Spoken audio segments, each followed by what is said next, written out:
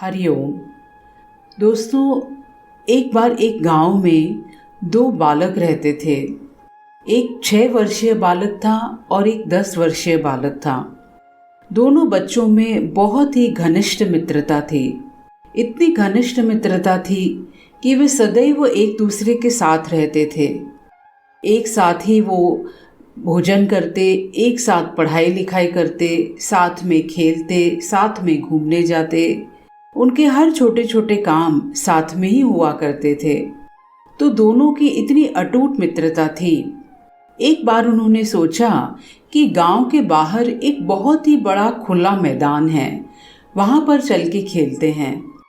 तो यह विचार करते हुए वे दोनों ही गांव के बाहर निकल गए और वहां पर एक बहुत ही बड़ा खुला मैदान था। उस पूरे मैदान में न कोई पेड़ था, न कोई घर थे, न कोई वहां पर सड़क थी। बड़ा खाली सा मैदान था। बस उस मैदान में एक स्थान पर एक पुराना कुआं था। अब यह दोनों बच्चे बड़े मजे से खेलने लगे। कभी यहाँ दौड़ते, कभी वहां दौड़ते, कभी एक दूसरे को पकड़ते, खूब मजे से खेल रहे थे। और इसी तरह खेलते खेलते अनजाने ही जो बड़ा लड़का था, जो कि 10 साल का था, वह कुएं में गिर जाता है। और जैसे ही वह कुएं में गिरता है तो वह चिल्लाने लगता है, मुझे बचाओ, मुझे बचाओ। और उसे तैरना भी नहीं आता था। तब वह छोटा बालक तुरंत ही सचेत हो जाता है। वह आसपास देखता है, उसे दूर दूर तक कहीं कोई दिखाई नहीं पड़ता है। अब वह मदद के लिए किसी को बुलाना चाहे तो भी किसे बुलाए, दूर दूर तक कोई इंसान नहीं दिख रहा था। और तभी उसकी नज़र कुएं के पास रखी हुई एक बाल्टी पर पड़ी, जिस बाल्टी से एक रस्सी बंधी हुई थी। वह बिना समय गंवाए तुरंत ही उसने उस बाल्टी को उठाया और रस्सी को पकड़ के उस बाल्टी को कुएं में नीचे डाल दिया और अपने मित्र से कहा कि मित्र, तुम इस बाल्टी को पकड़ लो, मैं तुम्हें ऊपर खींचता हूँ। और वह नन्हा सा बालक, जो दुबला पतला सा एक छोटा सा बच्चा था, वह अचानक ही अत्यंत उत्साह से, अत्यंत ऊर्जा से भर गया। अपनी पूरी ताकत लगाकर अपने छोटे छोटे हाथों से उस रस्सी को खींचने लगा। धीमे धीमे उस रस्सी को खींचता गया। कभी उसके पैर लड़खड़ा जाते, कभी वह एक कदम आगे होता और कभी एक कदम पीछे जाता। और इसी तरह बहुत देर तक मेहनत करने के बाद धीमे धीमे वह अपने मित्र को ऊपर खींच लेता है। और जैसे ही उसका मित्र कुएं से बाहर आता है, दोनों ही एक दूसरे के गले मिलके खूब रोते हैं।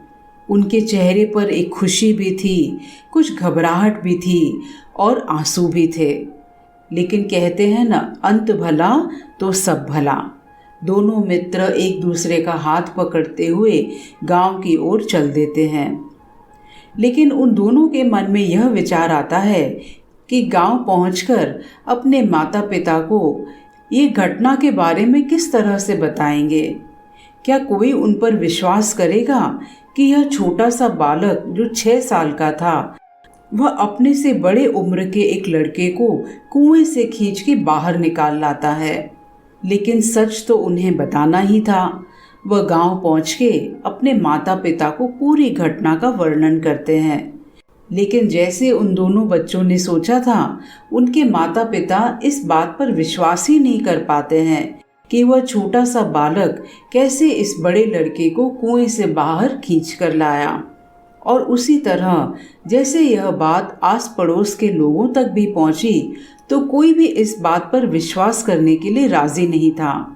लेकिन उस गांव में एक बुजुर्ग सज्जन थे, जो बहुत ही अनुभवी, समझदार और परिपक्व थे। जब उन्हें यह बात पता चली तो उन्होंने उन दोनों बच्चों को अपने पास बुलाया। तब उन्होंने उस बड़े बालक को देखकर कहा कि मुझे विश्वास है कि तुम्हारे इस छोटे से मित्र ने तुम्हें कुएं से बाहर निकाला। मुझे इसमें कोई असंभावना नहीं लगती है। तभी उन बच्चों के माता पिता भी वहीं आते हैं और वे उन बुजुर्ग सज्जन से पूछते हैं कि आपको कैसे विश्वास है कि इस नन्हे से बालक ने इस बड़े लड़के को कुएं से निकाला होगा। तो वह बुजुर्ग सज्जन कहते हैं कि अवश्य ही निकाला होगा, क्योंकि उस समय वहाँ पर उस बच्चे को यह कहने वाला कोई भी नहीं था कि तुम ये नहीं कर सकते हो, तुमसे तो ये होगा ही नहीं। बच्चे के मन में ऐसे असंभावना के बीज डालने वाला वहाँ पर कोई भी नहीं था। न उसने अपने आप से ही ये कहा कि मैं ये नहीं कर सकता हूँ, और इसीलिए ये बच्चा इस असंभव से लगने वाले कार्य को भी कर पाया। तो मित्रों, हर मनुष्य अपने भीतर अद्भुत सामर्थ्य से युक्त होता है। हमारे शारीरिक सामर्थ्य चाहे ही सीमित क्यों न हो, लेकिन अगर हमारा संकल्प दृढ़ होता है, अगर हमारा मनोबल महान होता है, तो हम अपने भीतर से कैसे सामर्थ्य को प्रकट कर सकते हैं, ये देख के हम खुद भी आश्चर्यचकित रह जाते हैं। इसीलिए इस बालक से तो यही प्रेरणा प्राप्त होती है कि हम अपने सामर्थ्यों को सीमित न आंकें। ऐसे ही लोग सोच भी सकते हैं कि हम आसमान में हवाई जहाज बना के उड़ सकते हैं। ऐसे ही लोग सोच सकते हैं कि हम चंद्रमा पे जा सकते हैं।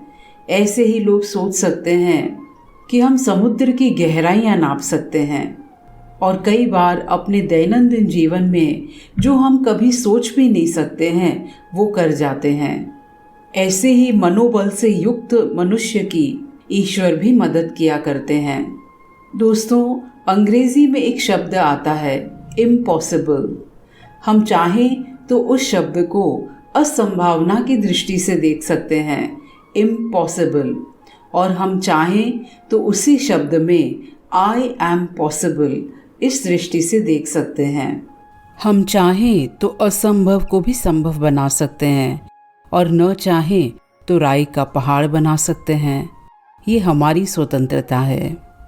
हरिओम।